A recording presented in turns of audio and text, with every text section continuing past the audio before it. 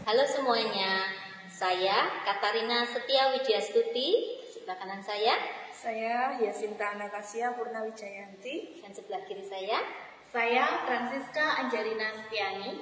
Ya, kami adalah tim pengabdian kepada masyarakat dari Stikes Pantirapi. Pada kali ini kami akan mempersembahkan sebuah video tutorial terkait dengan bagaimana cara membuat virgin coconut oil atau VCO yang saat ini sangat bermanfaat bagi kesehatan. Kami juga dibantu dengan tim dari mahasiswa, ada bertiga. Saya Hildeberta Indah Kencana Putri. Saya Audrey Angelika. Saya Bella Sagita. Selamat mengikuti. Halo semuanya, selamat berjumpa dengan kami dari tim pengabdian kepada masyarakat Stikes Pantirapi. Kami bertiga, ada Ibu Katarina Setia Widyastuti, ada Ibu Angelina Setiani, dan saya sendiri Yasinta Anastasia Purnawijayanti. Pada kesempatan kali ini akan memberikan pengetahuan mengenai virgin coconut oil. Seperti ini, virgin coconut oil. Dari namanya kita tahu bahwa itu dibuat dari kelapa, santan kelapa. Kita masih berada dalam masa pandemi COVID-19 dan ada begitu banyak usaha untuk meningkatkan kesehatan, menjaga imunitas. Salah satunya yaitu dengan VCO ini. Nah, apa itu VCO? Saya akan memberikan pengetahuan mengenai VCO dan bagaimana membuatnya, apa manfaatnya, dan seluk-beluk mengenai VCO itu sendiri. Ya, VCO, virgin coconut oil, minyak kelapa murni dalam bahasa Indonesianya. Mengapa disebut murni?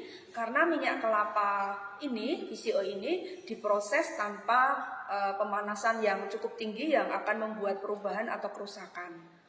Kemudian proses pengolahannya juga terkendali sehingga tidak mengalami perubahan atau tidak menyebabkan dampak negatif pada kandungan komposisi minyak yang terdapat di dalamnya. Mengapa kualitas atau mutu dari minyak yang ada di dalam VCO ini dapat dipertahankan? Karena proses pengolahannya menggunakan suhu rendah atau pemanasannya terkendali atau bahkan tanpa proses pemanasan sama sekali. Mengenai apa saja atau prosedur apa saja yang nanti bisa kita gunakan untuk membuat VCO ini nanti di bagian akhir akan saya jelaskan. Kita sekarang akan mencoba memahami, mengenal apa itu virgin coconut oil. Minyak ya, oil itu minyak. Jadi di sini komponen utamanya atau komponen mayornya adalah asam lemak. Nah, kekhasan VCO atau virgin coconut oil ini justru bagian terbesarnya adalah asam lemak jenuh, yaitu sebanyak 90%, dan 10%-nya itu asam lemak tak jenuh. Awam mungkin memahami bahwa asam lemak jenuh itu jahat gitu ya. Tetapi dalam VCO tidak demikian halnya. Mengapa? Karena asam lemak jenuh di dalam VCO itu didominasi oleh asam lemak jenuh rantai medium atau rantai sedang, yaitu terutama tersusun atas asam laurat sekitar 53% dan asam kaprilat 7%. Apa itu laurat dan kaprilat? Nanti akan kita pahami lebih lanjut. Nah, tadi sudah saya sebutkan bahwa asam lemak yang terutama terdapat dalam VCO atau yang mendominasi komposisi VCO itu adalah asam lemak rantai sedang atau sering disebut MCFA, medium chain fatty acid. Nah, kita mungkin sedikit belajar kimia sederhana untuk bisa memahami sifat-sifat dari asam lemak ini. Jadi asam lemak itu sebetulnya adalah rantai atom karbon, ya, rantai atom karbon yang mengikat hidrogen. Kemudian nanti ada gugus fungsional yang disebut karboksilat atau COOH. Nah, bagaimana antar atom C ini berikatan? Ini yang akan membedakan apakah asam lemak itu disebut jenuh atau tak jenuh. Asam lemak disebut jenuh jika antar atom C-nya itu ikatannya tunggal. Jadi atom karbon itu bisa mengikat atau membentuk 4 ikatan antar atom C, ya, kemudian juga mengikat hidrogen atau oksigen di dalam asam lemak. Nah, kalau ikatan antara 2 atom C itu ada ikatan rangkap, maka asam lemak yang terbentuk adalah asam lemak tak jenuh. Jadi itu perbedaan antara asam lemak jenuh dan tak jenuh, yaitu ada tidaknya ikatan rangkap pada atau antar atom C di dalam asam lemak. Nah, adanya ikatan rangkap ini nanti akan membawa perubahan atau perbedaan di dalam karakteristik asam lemaknya. Asam lemak tak jenuh itu biasanya bentuknya cair pada suhu kamar, ya, sedangkan asam lemak jenuh itu kalau rantainya panjang itu biasanya cenderung padat pada suhu kamar.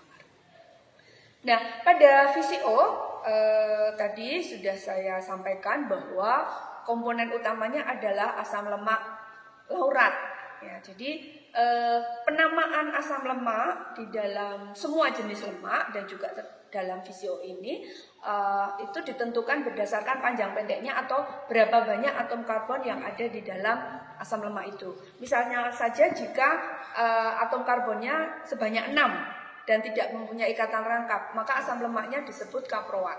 Ya. Kemudian kalau atom C-nya 8 tanpa ikatan rangkap namanya asam lemak kaprilat. Kemudian kalau atom C-nya 10 tanpa ikatan rangkap namanya kaprat. Nah, laurat itu memiliki 12 atom C di dalam struktur kimia asam lemak. Kemudian tadi komponen utamanya adalah kaproat dan laurat. Nah, di dalam VCO ini ternyata juga mengandung asam lemak tak jenuh dengan atom karbonnya sebanyak 18, ya. Atom karbon sebanyak 18 dengan satu ikatan rangkap namanya asam oleat. Kemudian atom karbonnya sebanyak 18 dengan 2 ikatan rangkap itu disebut linoleat. Nah, asam lemak linoleat di dalam VCO ini termasuk dalam asam lemak esensial. Apa itu asam lemak esensial? Yaitu asam lemak yang sangat atau mutlak dibutuhkan oleh tubuh karena tubuh tidak bisa mensintesis atau membuatnya. Nah, apa guna asam lemak esensial? Itu sangat banyak, ya, sangat banyak dan sangat penting. Kemudian asam laurat yang tadi merupakan komponen utama pada VCO, ini ternyata setelah melalui berbagai penelitian terbukti memiliki sifat anti jamur, juga memiliki sifat antibakteri. Artinya asam lemak ini menghambat pertumbuhan jamur, menghambat pertumbuhan bakteri yang itu bisa juga menyebabkan infeksi dalam tubuh. Nah, dengan adanya VCO itu maka mikroorganisme penyebab infeksi ini bisa ditekan pertumbuhannya.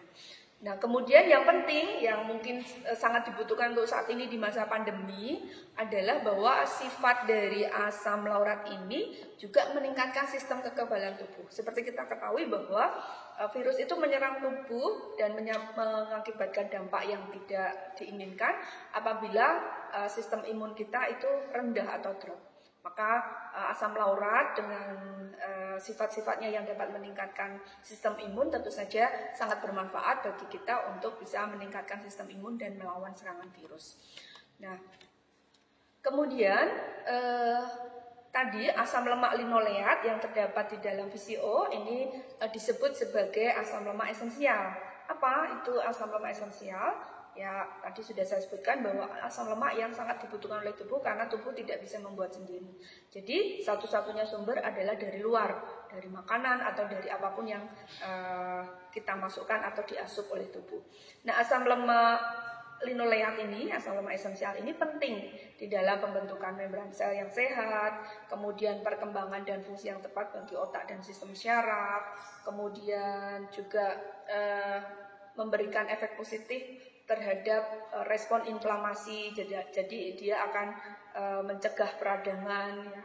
Kemudian berperan di dalam transportasi kolesterol. Nah, ini kemudian juga ada sifat yang mungkin sangat penting atau sangat baik bagi para gadis dan wanita, yaitu mendukung terbentuknya kulit dan rambut yang sehat. Nah, ini mungkin konsepnya lebih ke perempuan gitu ya, kulit dan rambut yang sehat.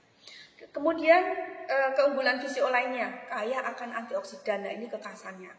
Antioksidan itu sekarang juga menjadi trending topik begitu ya, sebagai salah satu bahan fungsional yang sangat penting bagi tubuh karena dapat menghambat, mencegah terjadinya oksidasi yang berlebihan di dalam tubuh. Seperti kita ketahui kalau sel-sel tubuh mengalami oksidasi yang berlebihan, itu akan menyebabkan berbagai penyakit degeneratif, salah satunya juga penuaan dini.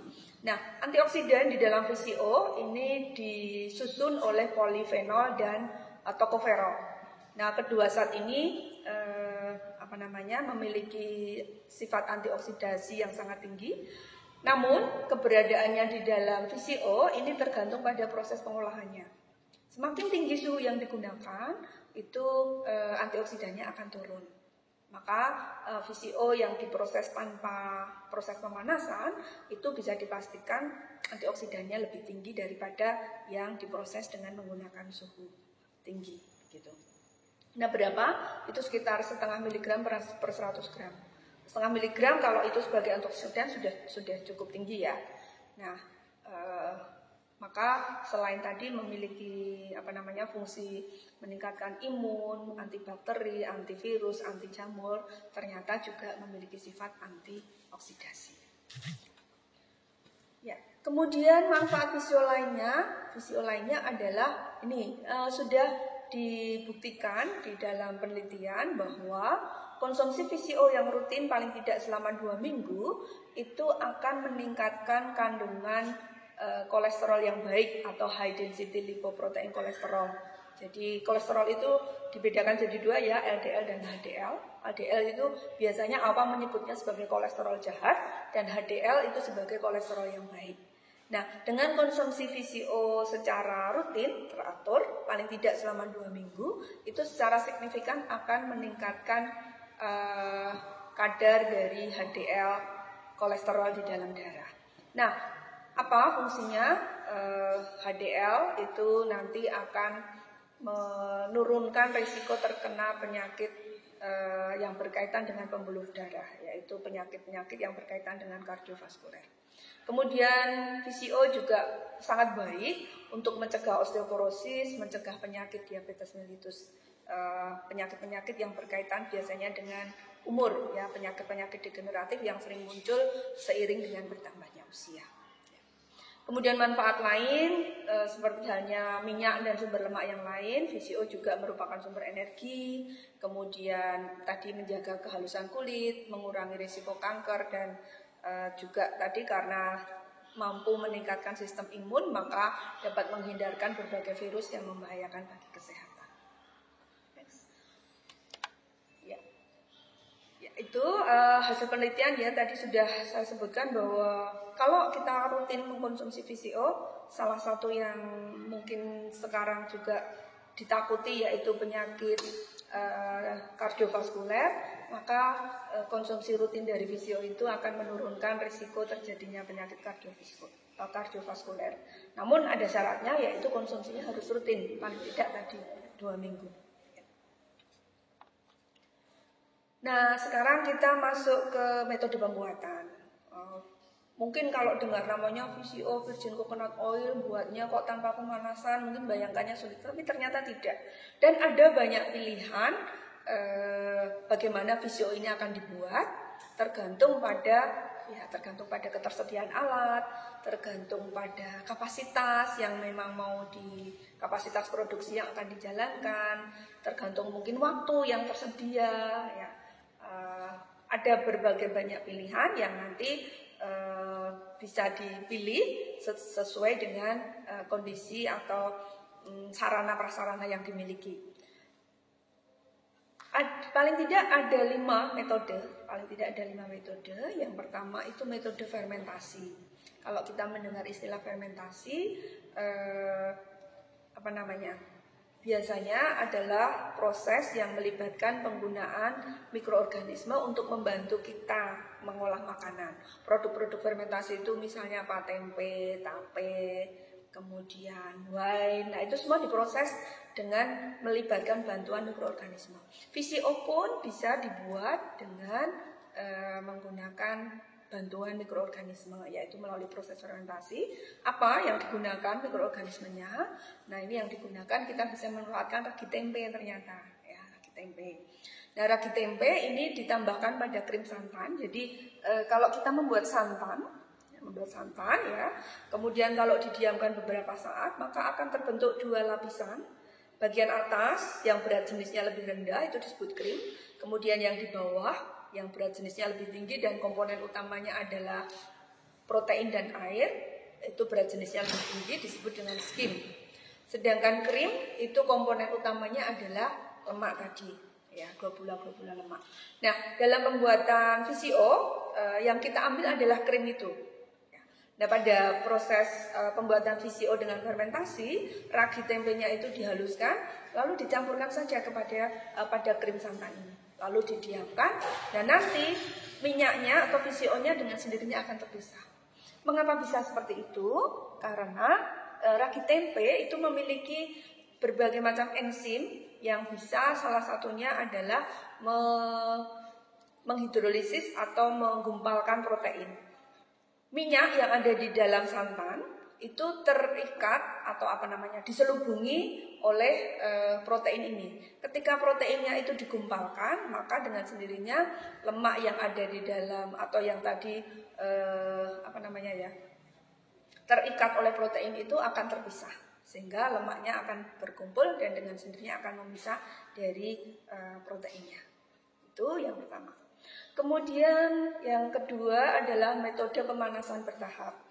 Tadi di awal sudah saya sebutkan bahwa mengapa komposisi dan juga sifat dari minyak yang ada di dalam kelapa itu bisa dipertahankan dan diambil sebagai VCO karena tidak digunakan pemanasan suhu tinggi yang dapat menyebabkan perubahan fisik maupun kimia. Namun VCO ini juga bisa dibuat dengan pemanasan, tetapi pemanasannya harus terkendali. Krim yang tadi dihasilkan dari santan itu dipanaskan tapi suhunya hanya sekitar 60 sampai 75. Tidak boleh lebih dari itu. Jadi tidak boleh sampai mendidih. Nah, suhu 60 sampai 75 ini sudah cukup untuk bisa menggumpalkan protein yang tadi mengikat lemak atau yang memerangkap lemak. Proses pemanasan ini akan menyebabkan protein terdenaturasi sehingga lemak yang semula terikat akan keluar. Jadi prinsipnya sama-sama penggumpalan protein, tetapi kalau dengan fermentasi tadi yang menggumpalkan adalah enzim yang dihasilkan oleh ragi tempe. Kalau dalam pemanasan ini protein itu digumpalkan karena proses pemanasan.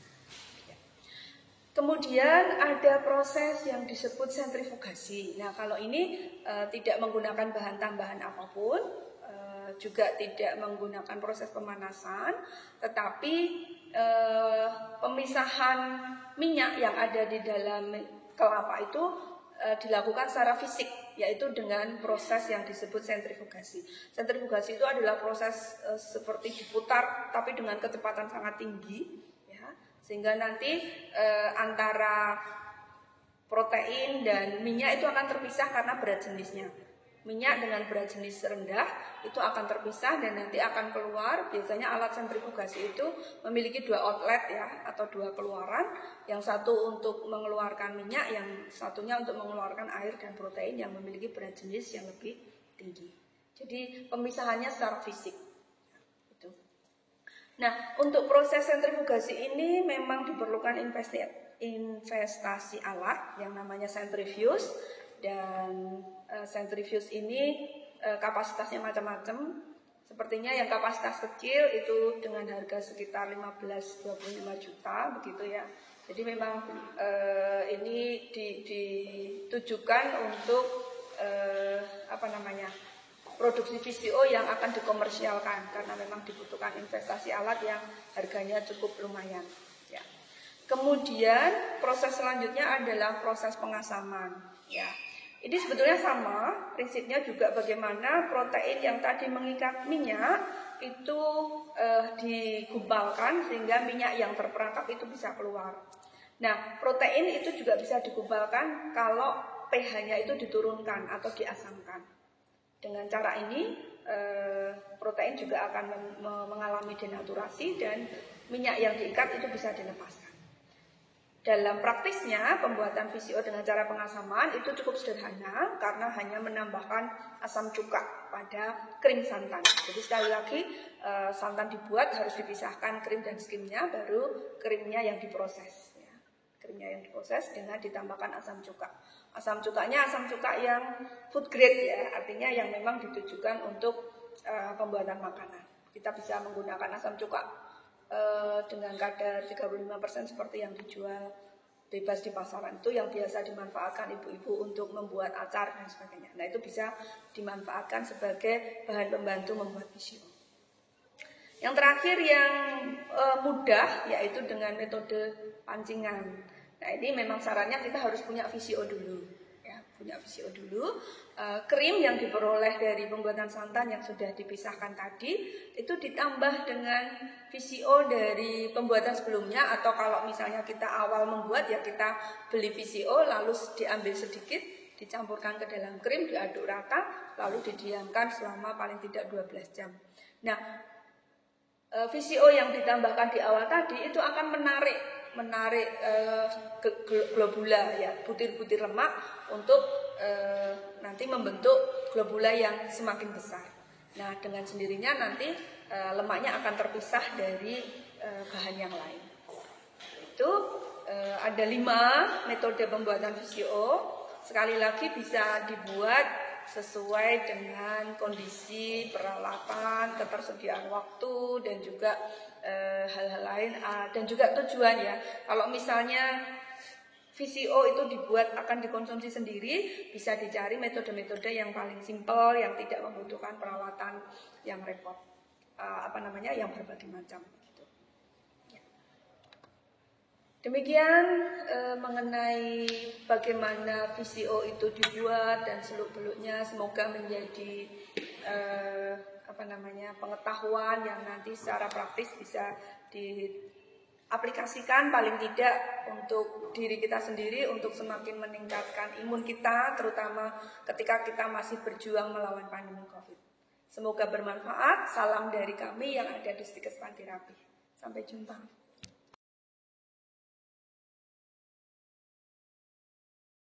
Baik, kita akan mulai dengan proses pembuatan VCO. Kita akan siapkan alat dan bahan terlebih dahulu. Bahan-bahan dan alat yang dibutuhkan, yang pertama, kelapa yang sudah tua, sudah diparut tetapi jangan sampai busuk. Kemudian starter atau indukan bibit minyak yang sudah disiapkan. Kemudian air bersih. Nanti kebutuhan menyesuaikan jumlah dari kelapa yang akan kita buat menjadi VCO.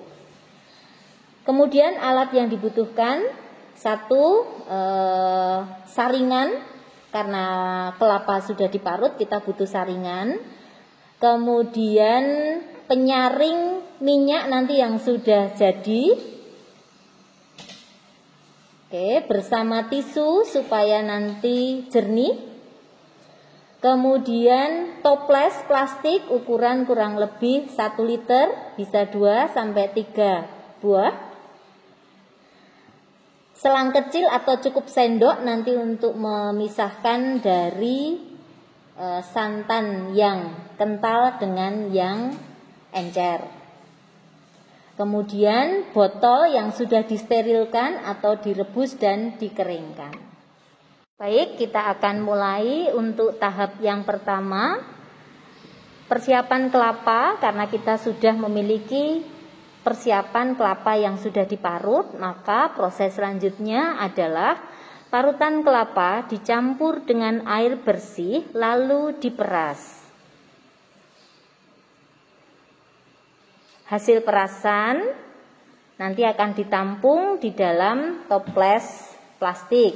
Tetapi sebelumnya kita akan peras, ambil untuk santan yang kentalnya.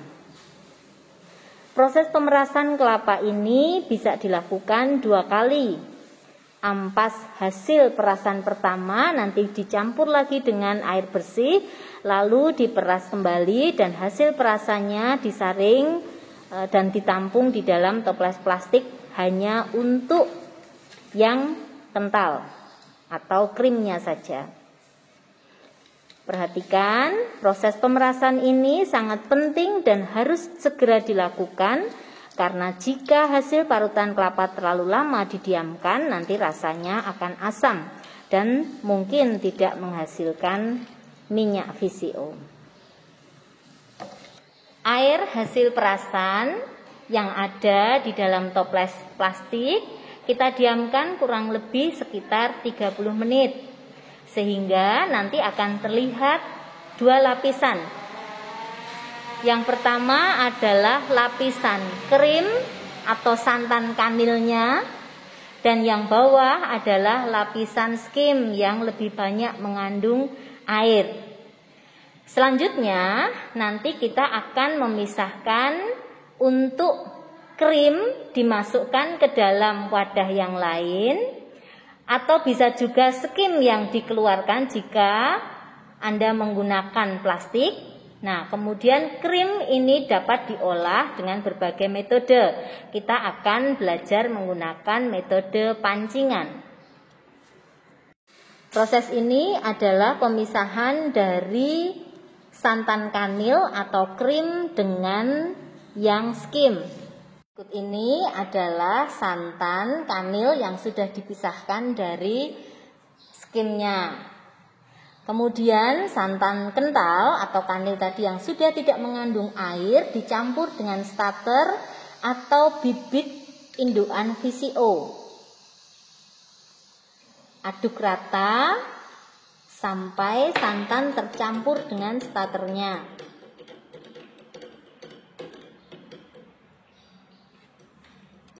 Setelah tercampur dengan starternya, kemudian ditutup. Lalu siapkan inkubator jika diperlukan, menggunakan kardus atau dengan diberi kain supaya prosesnya lebih cepat karena ada suhu yang hangat. Prinsipnya jangan sampai proses ini berada di suhu yang dingin, maka VCO tidak akan dapat dipanen. Setelah santan kental tadi dimasukkan dan dibuat di dalam inkubator, letakkan di situ, biarkan diamkan selama 12 sampai 24 jam sampai terjadinya proses fermentasi pembentukan VCO. Setelah itu baru kita bisa memanen VCO tersebut. Santan kanil atau krim yang sudah berada di dalam toples selama kurang lebih 12 sampai 24 jam akan menghasilkan 3 lapisan. Bagian atas adalah blondo, bagian tengah adalah minyak, dan bagian yang terakhir di bawah sendiri adalah air. Setelah proses itu kita akan melakukan pemanenan. Bisa dengan beberapa cara. Yang pertama, buang airnya dengan cara disedot menggunakan selang, atau kita langsung bisa mengambil blondo, diserok bagian atasnya pelan-pelan, kemudian letakkan di wadah yang lain. Setelah itu, minyak diambil menggunakan sendok sayur, kemudian disaring bisa menggunakan penyaring makanan, dilapisi dengan kain mori atau tisu. Bisa juga langsung diletakkan di atas gelas yang akan digunakan untuk proses penyaringan. Penyaringan dapat dilakukan sekali bahkan antara 3 sampai 4 kali supaya menghasilkan VCO yang jernih. Selanjutnya blondo hasil sisa saringan VCO atau yang masih berada di dalam wadah kita masukkan ke dalam penggorengan, kemudian dipanaskan dengan api kecil, kemudian nanti akan keluar minyak yang bisa digunakan sebagai minyak goreng. Setelah keluar minyak, cukup kita lakukan penyaringan, maka kita bisa gunakan minyak tersebut sebagai minyak goreng. Jadi itu bukan VCO, tetapi minyak goreng. VCO yang sudah selesai kita saring, kita masukkan ke dalam botol yang bersih atau kalau perlu disterilkan.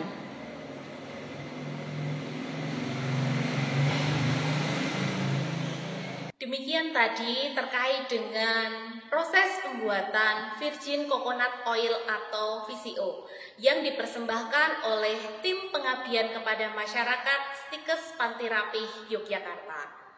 Terima kasih, semoga video ini bermanfaat untuk kita semua.